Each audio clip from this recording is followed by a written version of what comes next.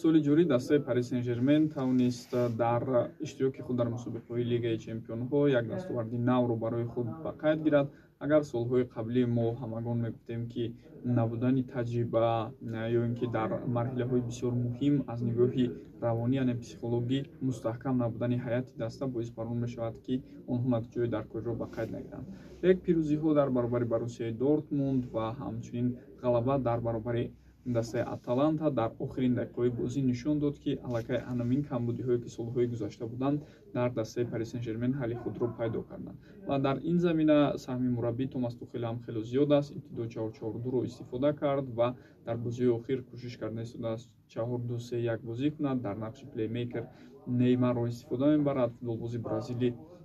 муддати тақрибан 60 дақиқа ба танҳоӣ ҳамдастҳояшро ба пеш мебурд, вазъиятҳои зиёди хавфнокро ба вуҷуд овард, вале нарасидани Мбаппе эҳсос шуд. Ва акнун ки дар ин бозӣ ҳамчунин Ди Мария ҳам аз дақиқаи аввал ба майдон мебарояд, метавон гуфт хатти ҳуҷумии дастаи Пари Сен-Жермен мушкилӣ надорад. Вале мушкилии даста дар дигар ҷиҳат дида мешавад. Ин Кейлор Навас дарвозабони боtaҷрибаи тим ба дастааш дар бозӣ дар баробари Лейпциг кӯмак карда наметавонад. Хуб ҳамчунин Верати дар ин бозӣ ҳоло ҳам дар гумон аст ки ба майдон барояд ва ҳатто ба финал ҳам агар ПСЖ барояд мумкин ин футболбози итолиёиро мо набинем. Аз ҳамин сабаб метавон гуфт мушкилиҳои кадрии дастаи Пари Сен-Жермен дар арафаи ҳамин бозӣ ба нафъи дастаи Лейпциг аст. Лейпциг дар муқоиса бо иштирокчиёни дигари марҳилаи Лигаи Чемпионҳо дар даври ниҳоӣ махсусан Бавария ва Пари Сен-Жермен шояд таҷрибаи ғанӣ надошта бошад. Аммо анамон прессинги самараноке ки муддати 90 дақиқа сармураббии ин даста истифода мебарад, зуд тӯбро вақте ки соҳиб мешаванд ҳуҷуми навбатии худро ташкил мекунанд ва як универсализми футболбозон махсусан муҳофизатгарон ки метавонанд ҳам дар хатти дифои марказ бозӣ кунанд, ҳам дар канор, ин бартарии дастаи Лейпцигро нишон медиҳад. Лоиҳаи Лейпциг дар умум ин як лоиҳае аст ки ман фикр мекунам ояндаи футбол ба он вобастагӣ дорад. Онҳо корҳоеро мекунанд ки дар ягон дастаи дигар мо ин чизро намебинем ва ман фикр мекунам солҳои баъдӣ анамин пурӯжа ё ин ки лоиҳаи Лейпциг аз паси худ дастаҳои дигарро ба пеш мебарад ва аз ҳамин дастаҳо мумкин чизҳои бисёр навро омӯзанд. Беҳудам нест ки талабгорон ба футболбозони Лейпциг имрӯз дар футболи Аврупо хеле зиёд аст ва ҳатто бубинед мураббии собиқи ин даста ки директори варзишии даста аст, айни замон мехоҳанд ба Милан даъваташ кунанд ва як муддат албатта чунин хабарҳо буд, баъдан Милан аз ин чиз даст кашид. Дар арафаи ҳамин бозӣ бартарии Лейпциг аз ҷиҳати он ки ҳайат барои иштирок дар ин бозиҳо тайёр аст ва онҳо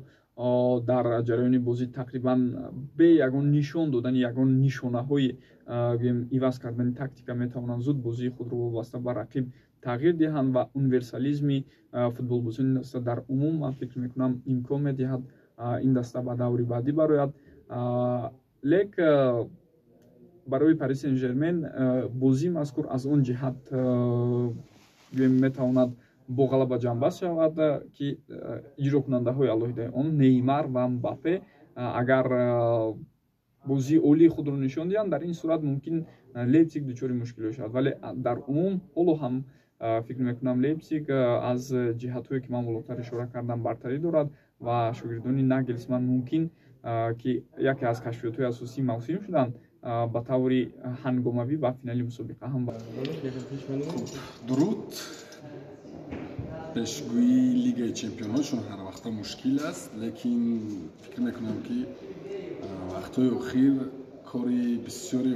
аз мухлисонро осон кардааст, чунки натиҷаҳои сенсатсионии ҳангома ба ҳукми анъана даромадааст ва ман рақобати Лейпциг ва Пари Сен-Жерменро ҳамчунин яке аз бозиҳои сенсатсионӣ пешгӯӣ мекунам ва ғалабаи Лейпцигро интизор ҳастам, чунки ин даста бо як системаи хос бозӣ мекунад, мисли ки онҳо узви як структураи хос бошанд ва бо як сухан қавле онҳо роботе ҳастанд ки кори умумиро иҷро мекунанд. Агар чизи дигарро ба назар бигирем, омадани Ди Мария, Килиан Мбаппе ки аз дақиқаи аввал эҳтимол бозӣ кунад, метавонад ки пешгӯии маро ботил барорад, аммо ба ҳар ҳол ман фаворит дар ин бохӯри аниқтараш ба финал баромадани Лейпцигро интизор ҳастам. дар бораи бозии Лигаи Чемпионҳо ҳарф задан фикр мекунам ин худ аллакай як чизи маъмулӣ ҳам шудааст барои дилхоҳ мухлисони футбол, ки ҳамеша рӯзҳо бо ҳасосияти зиёд бозиро тамошо мекунанд. бозе ки имшаб байни дастаҳои РБ Лейпциг ва ПСЖ сурат мегирад, бо он зарфиятҳо ва бо он тавоноиҳое ки дар ҳар ду даста ҳастанд, аз нигоҳи ман ба фоидаи дастаи ПСЖ хатм хоҳад шуд, чунки ПСЖ аллакай агар 3 ё 4 мавсими охирро нигоҳ кунем, мунтазир буд ки кай ба ҳамин марҳила мерасад ва камтаҷрибагии дастаи РБ Лейпциг новбаста аз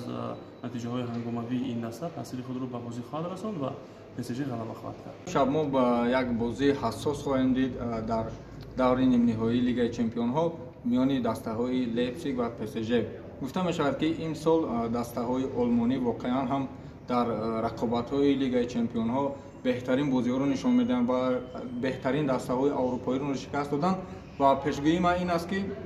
дастаи Лейпциг метавонад ки дастаи ПСЖро бо ҳисоби 2-1 шикаст бидиҳад ва ба даври финалӣ роҳ ёбад.